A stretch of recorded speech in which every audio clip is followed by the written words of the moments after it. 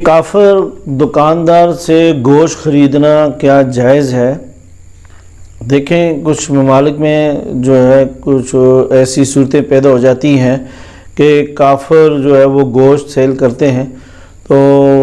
آیا کہ ان سے لینا گوشت خریدنا کیا جائز ہے یا نہیں؟ دیکھیں، کافر تو کافر ہے، ان سے تو گوشت خریدنا جائز نہیں، چاہے وہ کہے بھی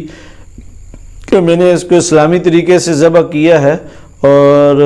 اس کو میں نے جو شریعت کے مطابق ہے جس طرح ذبح کرتے ہیں اور حلال جانور کا ہے، تو اس کی بات پہ بالکل یقین نہیں کیا جائے گا۔ یہ شریعت کا حکم ہے۔ فتاوی عالمگیری میں لکھا ہے کہ اگر وہ ایسے برانڈ بعض اوقات مہریں ہوتی ہیں یا بعض اوقات ایسے ہوتے ہیں کمپنیوں کے باقاعدہ وہ نشان ہوتے ہیں، اور اگر اس کمپنی کے ذریعے سے وہ سیل کر رہا ہے تو اس میں جو ہے گنجائش ملتی ہے کہ وہ اسے خرید سکتا ہے اور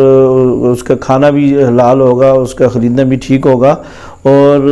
ویسے تو تقویٰ تو اسی میں ہے کہ وہ گوشت آپ نہ خریدیں، اس کے علاوہ کوئی اور چیزیں استعمال کر لیں، تو تقویٰ تو اسی میں ہے۔ تو بہرحال جو اگر اس کا بالکل علم نہ ہو کہ یہ آیا اس کا ذبح کہاں سے ہے کیا نہیں ہے، اور وہ اس کے قول کو نہیں دیکھا جائے گا، اس کا گوشت آپ کے لیے حرام ہے اور آپ کے لیے لینا بھی جائز نہیں اور کھانا بھی جائز نہیں ہے۔ تو